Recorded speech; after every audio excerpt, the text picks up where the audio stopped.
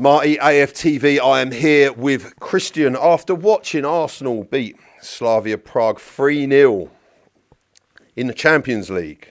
Christian, talk to me. Run me through that game. Again, we expected to win. I think we're going into every single game now, like I said, expecting to win, expecting to keep a clean sheet. Sometimes expecting to not concede a shot on target. And yeah, I don't think we're at our best at all. I think first half we gave up some sloppy possession, sloppy passes, first 15, 20 especially, but we definitely grew into the half. I think some players started to step up a bit in that first half. Merino, Declan Rice, Hincapié I thought was good. And then the second half it was just controlled. You know, we've seen this team, we don't give up chances easily, let alone goals. You know, people saying, if the next time we concede a goal, I'm going to be in shock. You know, we saw that penalty towards the end of the game when it was given originally from Declan Rice. We were all devastated. You know, we're thinking about the clean sheet record and whatever. And it just shows how good we are at the moment, that we're surprised when teams are actually getting chances and you know, having shots on target against us. So, yeah, again, professional performance. Like I said, I don't think we're at our best at all. But to go and win in the Champions League 3-0 when you're nowhere near your best is impressive. So when someone celebrates, another team finally, because I think that it's going to happen at some point, scores against us, would it almost be fair to say that we'd applaud them for actually managing to get the ball past us and in the back of our net? Yeah, look, I think a lot's made of our defence and how good we are defensively, but we don't actually do that much defending. The reason we're so good defensively mainly is because we have so much of the ball. You know what I mean? We don't allow teams to get in our box and, you know, have shots from the edge of the box or even have that many set pieces against us. If you look at most of the games this season, I'm not sure a team's had more than 3 or 4 corners in a game against us. So when you're limiting the teams to having that much of the ball or that little of the ball, that little set pieces, that many touches around your box and in your box, you're going to have a good defensive record. You know, midfield-wise, I think we missed, especially first half, you could see we missed Zubimendi and the control he brings us in this team. But we're good, man. As a unit, we're very, very good. I think that's 16 games we played this season, 14 wins, 1 draw, 1 loss. And that loss is to Liverpool in a game with fine margins. So, yeah, look, 4 out of 4 in the Champions League now. And we keep it moving. Talk to me about Mikel Merino and his performance tonight. He's a guy that gets a lot of criticism, and I think sometimes unfairly. I think that midfield that started the City game that everyone obviously went crazy about, including myself. The problem in that midfield of Rice, Zubimendi and Merino isn't Mikel Merino. It's just that midfield together. Yeah. You know, you don't have any creativity in there. No one that's going to, you know, break the lines with a pass or dink it into the box. Don't get me wrong, some of them players can do that, but they're not going to do it 5, 6, 7 times a game like an Odegaard can, like an Eze can or an Ethan.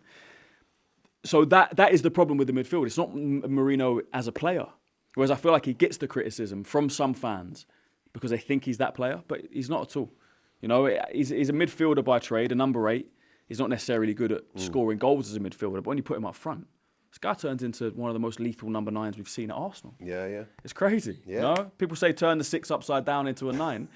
every time he plays, he becomes... Yeah, Mike's going over there. Every time he plays, he scores goals. Yeah. He pops up. You know, the first time finished today, he's good at that. He's an instinctive player. I think Laurie used the word cerebral. You know, he's a smart player. You know, he's good at getting in positions.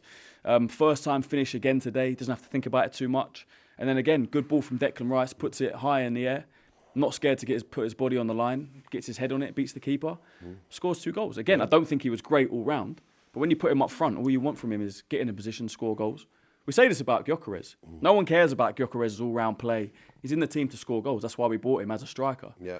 Merino does that when you put him up front. And if he keeps doing it, you know, Jesus out, Havertz out, Gyökeres out. Yeah. If you can put a midfielder up front and he's still doing the business, it's exactly what you want.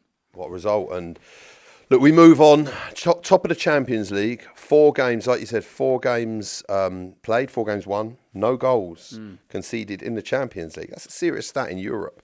Look, we've played Atletico Madrid, albeit Slavia Prague.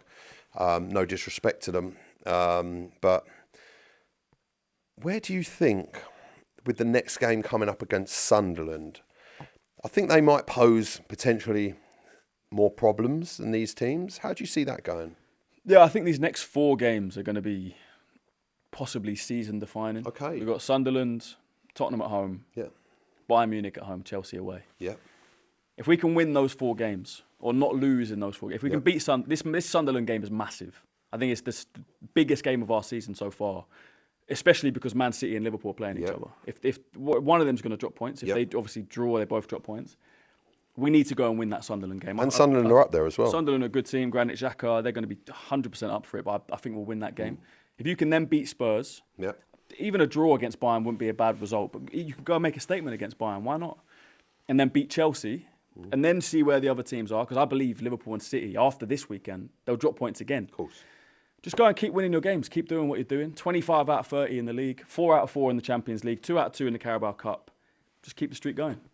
Yeah, definitely. And you said there, very importantly, you know, this you're talking about the Champions League form. Where do you see realistically we can go in this competition? How far? Obviously, last season we got to the semi-finals. I think we're unfortunate in ways against that PSG side. How far do you think it will be the same as before, or can you really genuinely honestly see us kicking on and going further in this competition this season?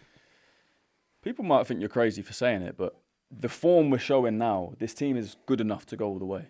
2 years ago, it got to quarterfinals, got knocked out by Bayern. Last year, PSG, fine margins when we had Merino up front and Kivior at centre-back. This team is better now than last season. Yep. If you can get it down to fine margins against probably the best team in Europe, PSG, and now you're better, why can't you go on and do one step further, get to a final?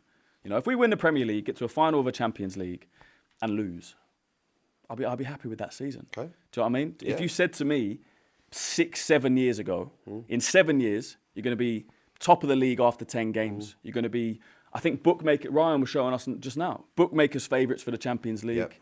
Bookmakers' favourites for Premier League. Looking like we can go all the way in some of the cup competitions. This squad depth, every single player, I look around that squad, there's not a player I don't believe in and like and rate in this team. And a manager that I 100% believe in. And I think most of us are behind now, apart from obviously the haters. There's always going to be those haters. Yeah. This team can go all the way or go very deep in all competitions. If you said to me, would you prefer the Premier League or the Champions League? I still go Premier League. Okay. That's the bread and butter. That's the one we haven't seen in 21 years. I know we've never seen the Champions League. But I think just being the best team in England, 38 games, no question of it. Yeah. I would take the Premier League over the Champions League. Well, look, thank you very much, Christian. You've been an absolute superstar. Please check out all the other fan cams on AFTV and all the other content. There is a watch-along for the Sunderland game, which Christian will be hosting. So please check that out as well. I've been Marty. He's been Christian. This has been AFTV signing out. GFN Soccer TV, with all your favourite shows in one place, is now live in the UK with Samsung TV Plus.